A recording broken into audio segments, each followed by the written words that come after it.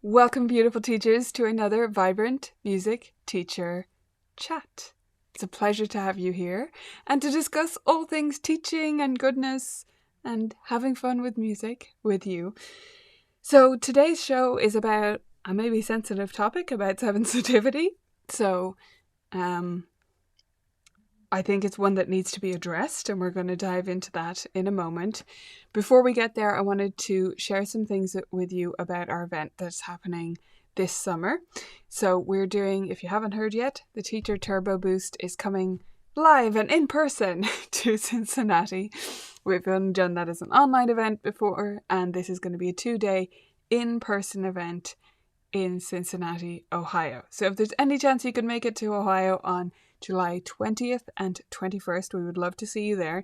The early bird pricing is currently up, and it is up until the end of this month or until we run out of tickets at that pricing. We have a limited number at each pricing to make everything work. So you want to jump on that price as soon as you can if you're thinking about coming.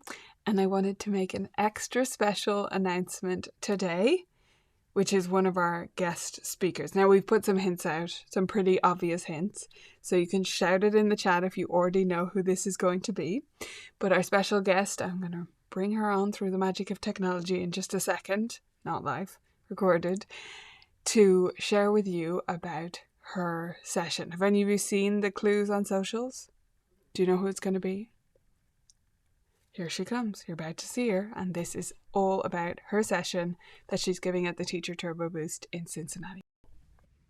Hey teachers, I'm Amy Chaplin from the Piano Pantry blog and podcast, and I'm so excited to get a chance to come and share with you this summer in Cincinnati, Ohio at Nicola's conference.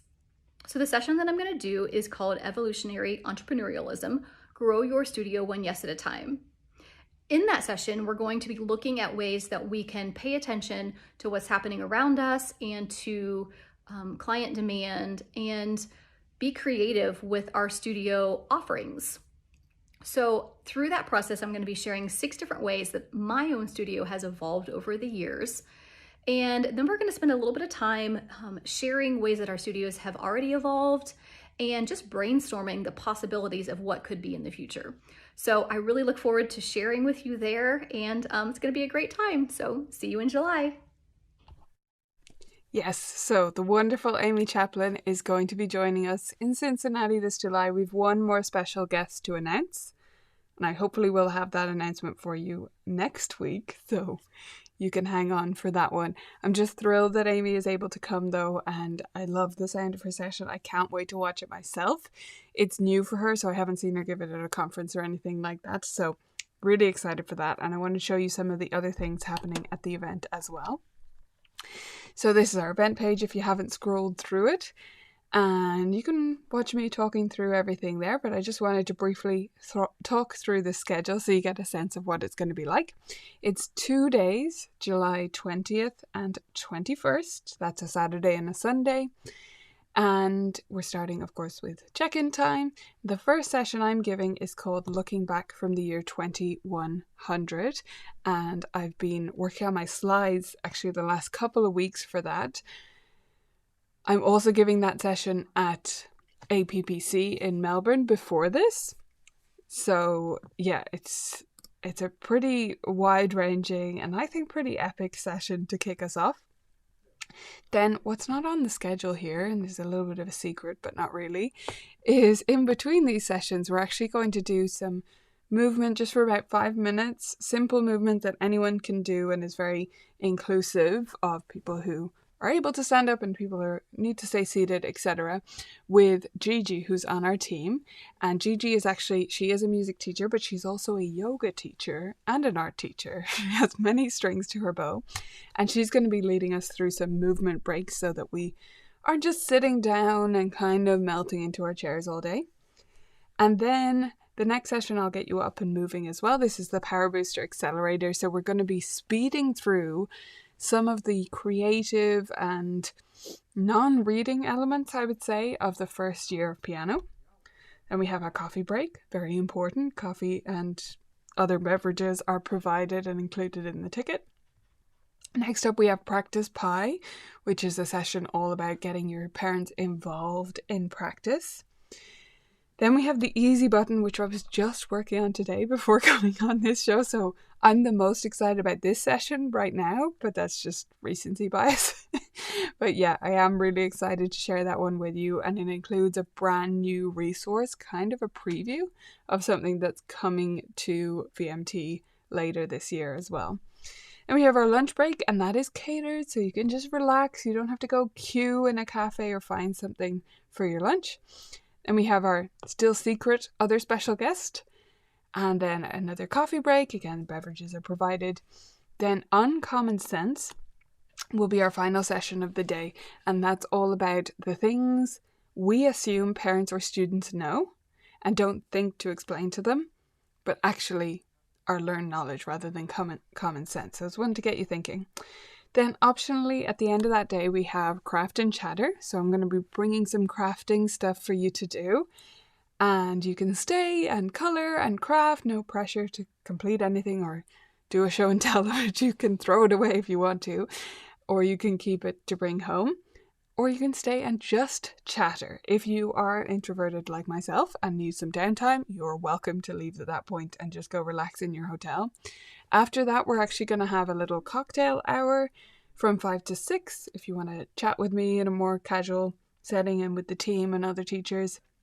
And then we'll be splitting up into smaller groups for dinner after that. Again, all totally optional. And then on day 2, we're kicking off with the Neurodivergent Teaching Toolkit. I gave this session at APTA, which is Alberta Piano Teachers Association, and I think it was, I don't want to say by far because that seems unfair to the other sessions, but I gave several sessions there and I think it was the favourite. So we're kicking off with a very strong one there. And then the Power Booster Accelerated continues from day 1, and we're speeding through the second year of creative and oral activities and stuff like that. And then we have our coffee break after that. Again, all provided for you.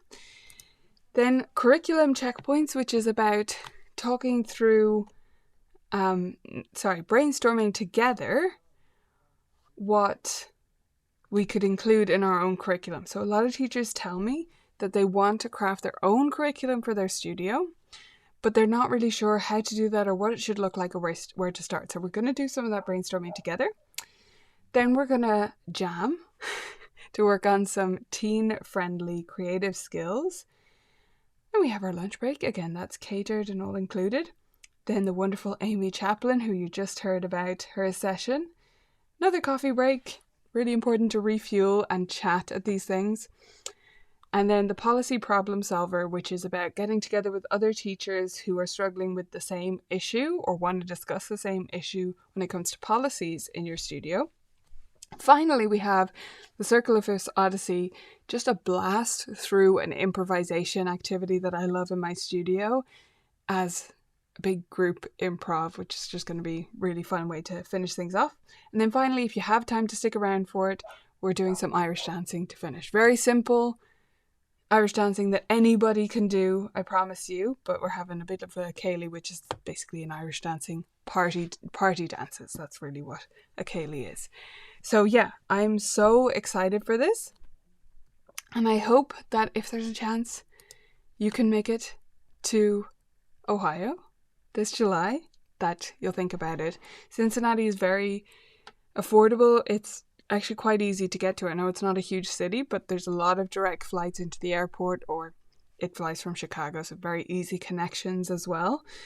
And yeah, the accommodation and everything is so affordable, which is part of the reason why I picked it. So if you're traveling from afar, actually might be cheaper than some of the bigger conferences that are in a big city where the accommodation cost is just so much. Like, that's usually the biggest cost when I attend conferences, is the hotel. It's not the conference ticket or the flight. Even for me coming from Ireland, it's the hotel that costs so much. So we did keep that in mind as we were planning where to do this. So I can't wait to see some of you there again. Early bird pricing is now available until maximum the end of May, although tickets might run out before we get to that point as well. Okay, are we ready to dive into the main topic? Here we go. So today I've decided to tackle something that I've been kind of maybe putting off. I don't want to say putting off because it's not like I'm that reluctant to talk about this or feel like it's taboo or anything like that. But I have thought of doing this show topic several times for either podcasts or blog posts or the show here on YouTube. And then gone, I'll just leave that till later because it's not the most positive, fun thing to talk about. But I do believe it's important. So I would love to hear from you right away if you've ever had a student who cries in their lessons or has cried once in their lesson, or if you did as a student, do you remember it?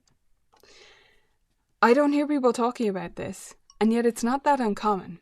And I've seen discussions where on Facebook and Facebook groups and stuff where a teacher has brought this up and another teacher has kind of shamed them, saying like, oh, if your student is crying in lessons, you must be doing something horrible. And that doesn't have to be the case at all. So I really want to dispel that idea that the teacher is being mean and strict and horrible. Sure, that could be a reason that students are crying or are upset, but crying doesn't have to mean that. So let's just distinguish those things. It doesn't have to be that you are a horrible teacher if your student sheds a few tears or maybe is bawling in the middle of a lesson. So let me know if it's happened to you. Laura said I had a student crying last night, of course, about 2 minutes before we were going to wrap up the lesson. Oh, that is the worst, because then you finish on this note that is kind of sour, or it's difficult. Or it's happened to me where a student gets a bit weepy right before another student is going to join them for the buddy lesson. And they have to quickly try and turn the ship around because I know they're going to be embarrassed or feel a bit awkward if the other student arrives and they're upset, or it might make the other student feel uncomfortable. Rarely, but yes, the child would have cried once or twice.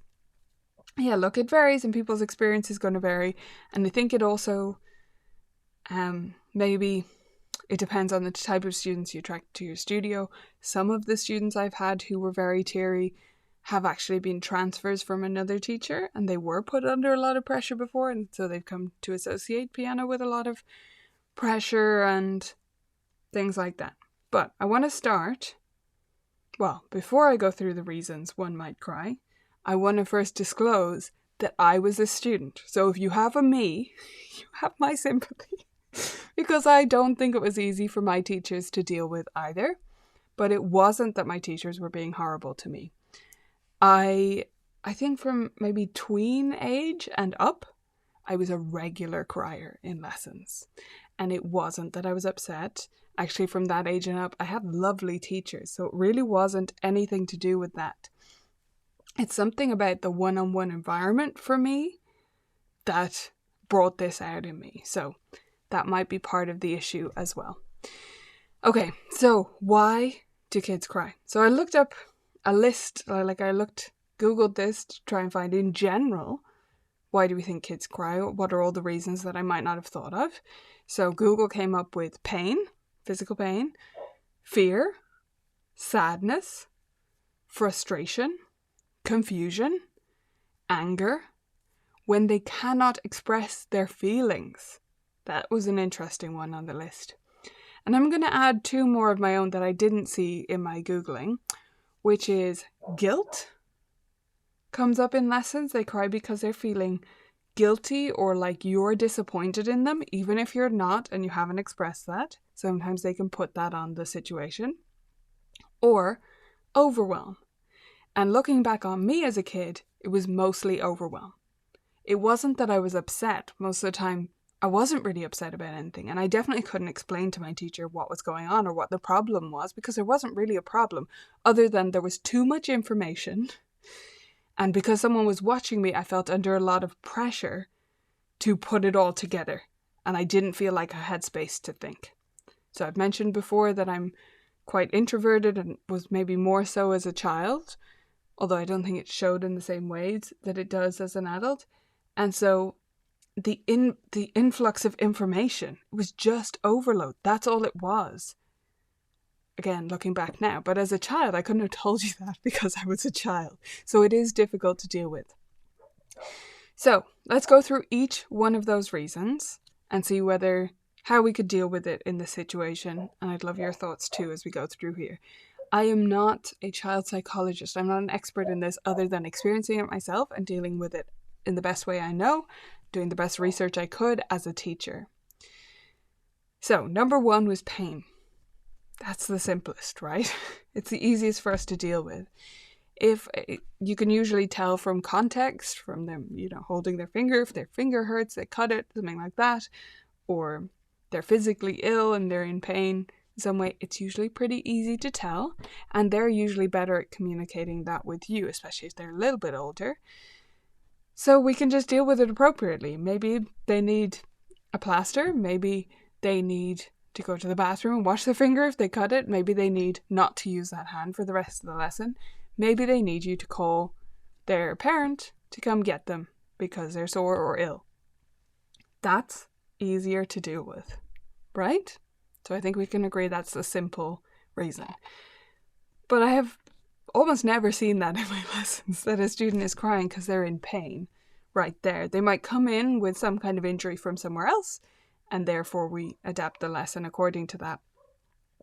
But I don't remember a student breaking down in tears because of an injury that happened in the lesson, because it's just not that physical an environment that they would likely to do that. So, fear is the next one. What are they afraid of? If we suspect, and we don't always know what's causing the upset, right? But if we suspect that fear is at the root of it, what are they afraid of? Are they afraid of your reaction? We can deal with that pretty easily, especially if transfer students are a bit, wary of us in the beginning. They can soon find we're not going to be angry or disappointed or anything at them for not getting something, for not practicing, for anything really. Maybe they're afraid of failure.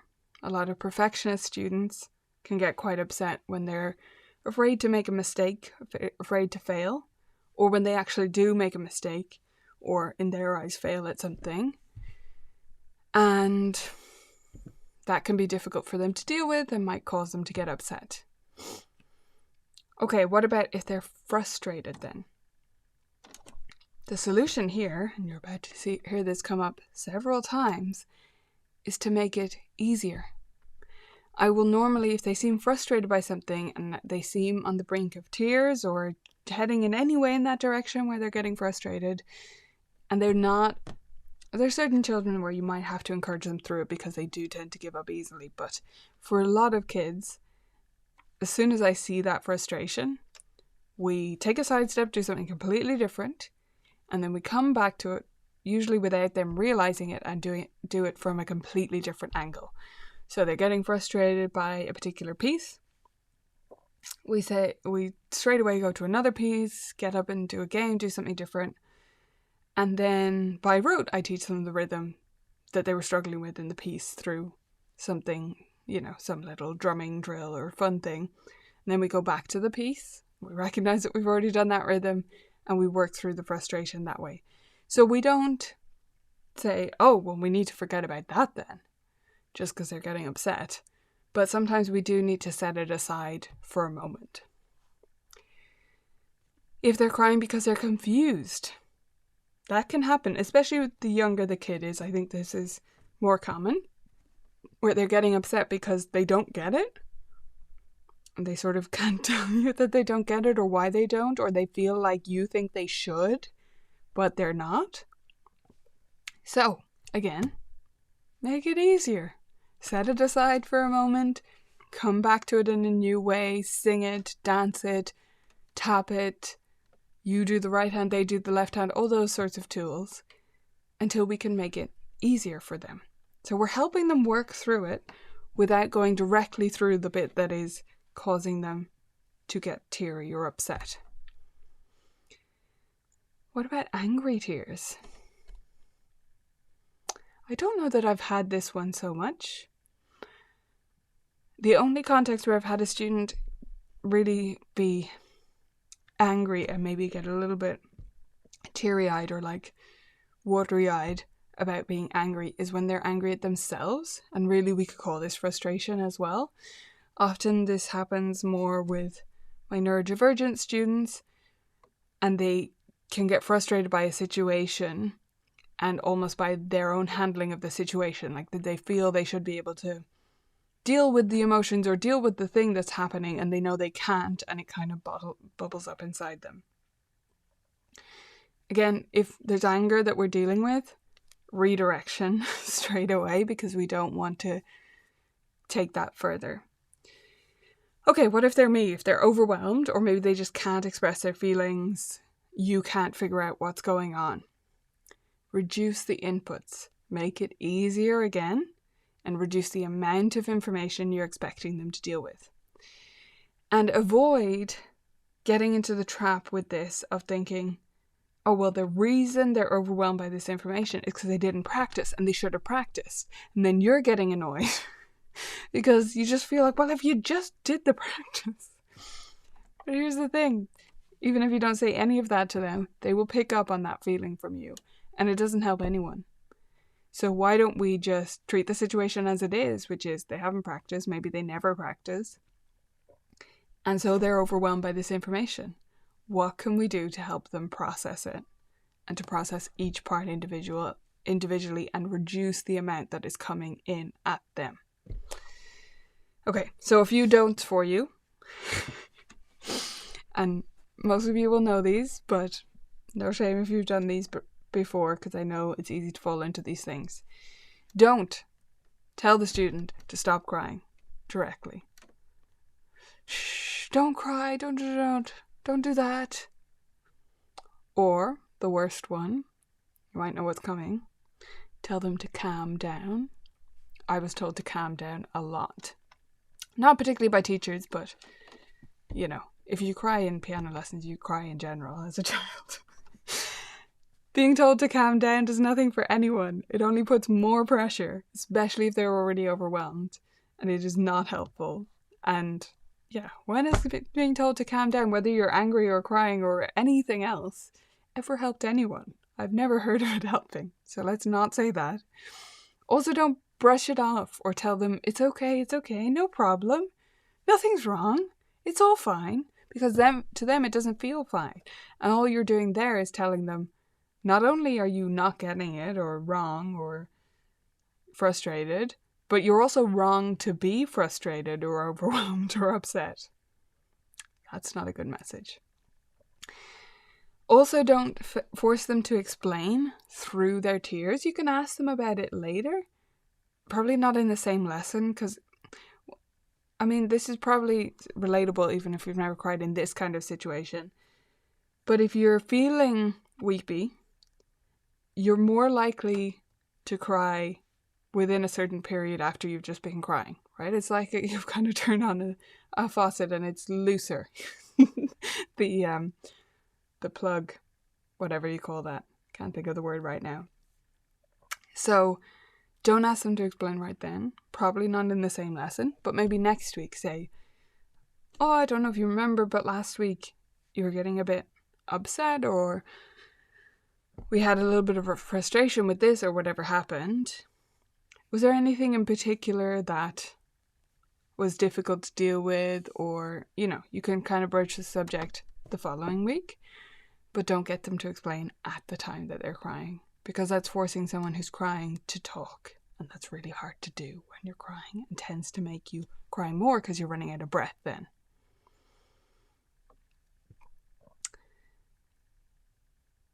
Okay. Also, don't immediately try to fix the problem. I like what Ashley said. Better out than in, like it's okay to let it out.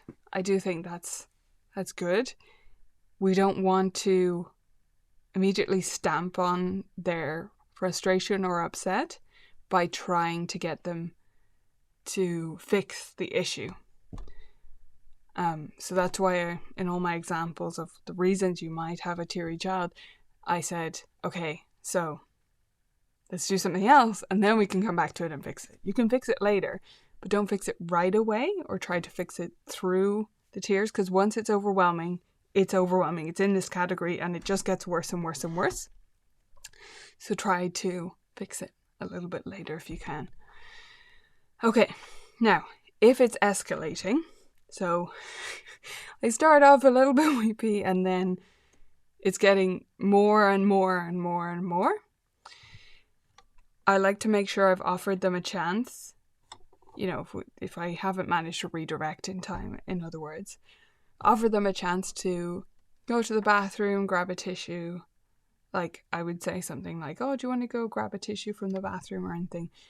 Just to give them a chance. If it's that, like, being in this room and having this teacher kind of watching you, even if you're not really watching them, is part of the stress and part of the overwhelm. Sometimes going away and being able to go to a different room is helpful. However, and this is probably a unique thing to what I think was going on with me, which I'll talk about in a second. But for me, this was never helpful. Because I always felt like if I was told to go to the bathroom, so I make sure it's a suggestion is what I'm saying. Because when I was told as a child, oh, go grab a tissue from the bathroom and calm down a bit or whatever, again, the calm down thing.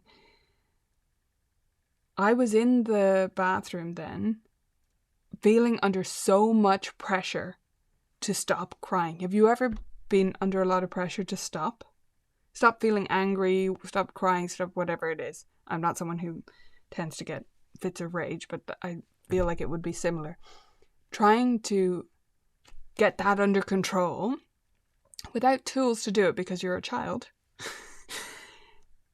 and being under pressure to do it as quickly as possible makes everything worse. So don't force the issue with the whole go to the bathroom, get a tissue, because you don't want them to feel like you're uncomfortable with it and they should get away from you, or like they have to go sort themselves out and come back when they're ready to concentrate. Okay, so if you have a child who cries as a once-off and it doesn't happen again, it's really not a big deal, and I'm sure you've dealt with that fine. If you have a child who's a bit like me, you probably, maybe, we don't want to armchair diagnose, but they are probably just a highly sensitive person, as it's now called. So, this is a quote from the person who coined the term. It's estimated that up to 20% of the population is made up of HSPs, meaning highly sensitive people, identified by their tendency to process external and internal stimuli more deeply than the general population. So I was called sensitive a lot. Now, I do think part of that is I had 4 older brothers, so everything looks pretty sensitive when you've got 4 boys like pushing each other over, and then you're the little... I wasn't always crying or always upset. I was a very happy child, but quick to tears child. So I was called sensitive a lot, and I've come to embrace that side of myself. I don't think that it's a negative, but it was often used as a negative term towards me. So I reject the idea that I am, or that anyone is, too sensitive. It's not a pejorative to me. It shouldn't be. Yeah, I'm extra sensitive. So what?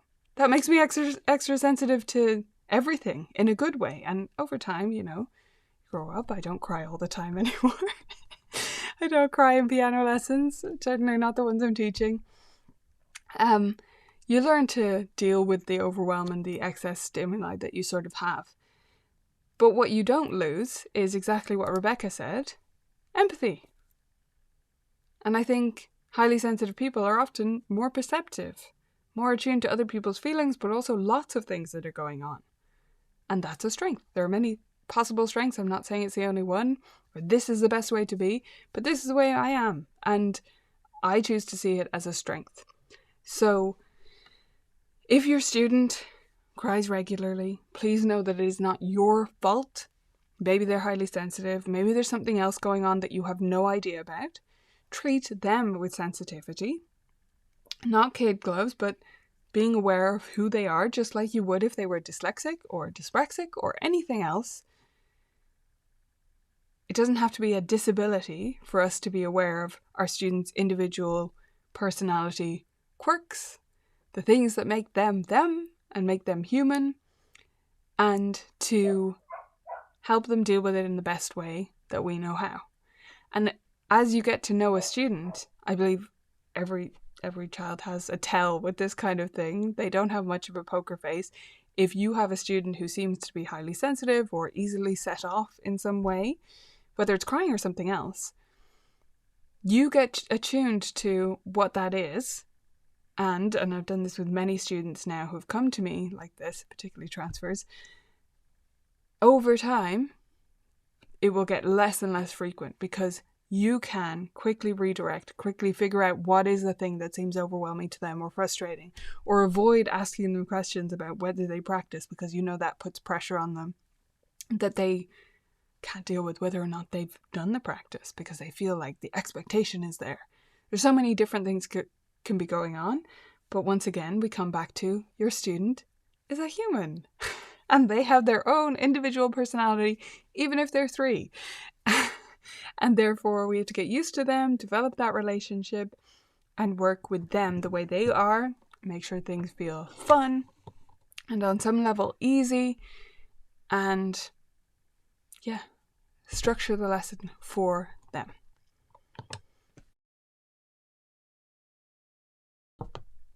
Okay, I've got a couple of minutes here if anyone has any questions about this or random questions. Just checking back in with the chat as well. I like that phrasing, Ashley. I'm here for you. Go grab a Kleenex. That's a tissue. And usually get them a drink of water. Yeah, that's helpful as well. Need to get off the bench.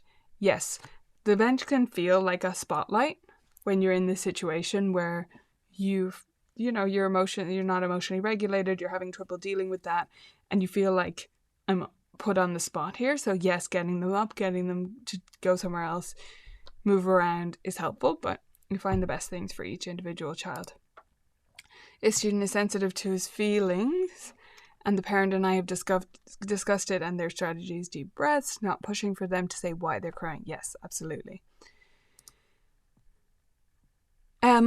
Yes, depending on the circumstance. So with new students, I normally let the parent know right away, like, here's what happened in the lesson today, here's how we dealt with it, here's what I think set it off. Like, I don't say no worries, I'm not thinking of a good way to word it right now, but I do try and express to them, like, it's okay. There's no issue. I'm not saying your child doesn't belong here or this was unacceptable behavior or something. It's all within the realms of normalcy to me. But here's what happened. Here's how we dealt with it. If you want to chat to them about it, you're welcome to. Otherwise, I just wanted to fill you in. So I do make sure parents are aware of what's going on. And if I have a child who is regularly upset, once I've initially communicated what's happening, a few times with the parent and had a bit of a back and forth about it, and usually they will tell me, yeah, that happens in most things with their child because they're highly sensitive. Then after that, I wouldn't necessarily tell them every single time because they know it's happening, but I would tell them if it was more or less. We had a great day today. There was no upsets. Here's what I think went great. Here's the practice that led to it. I think they're feeling really strong about this. Make sure to report on the positives as well. Yeah, exactly. Said much more succinctly than me, Laura, but that's what I was saying. Exactly right. Okay, if there's no extra questions, I'm going to head off and get ready for my teaching day and try to entertain children who want to be out in the sunshine. Only joking. They're happy to be there. And no one's going to cry, probably. But if they do, we'll have the tools to deal with it. Thank you for joining me today. We have 3 shows left until our summer break, so I hope you'll join me for the rest of them as well. Next week's title is pretty mysterious, so I'm going to leave it mysterious here as well, but I hope you'll join me back here next week, same time, same place.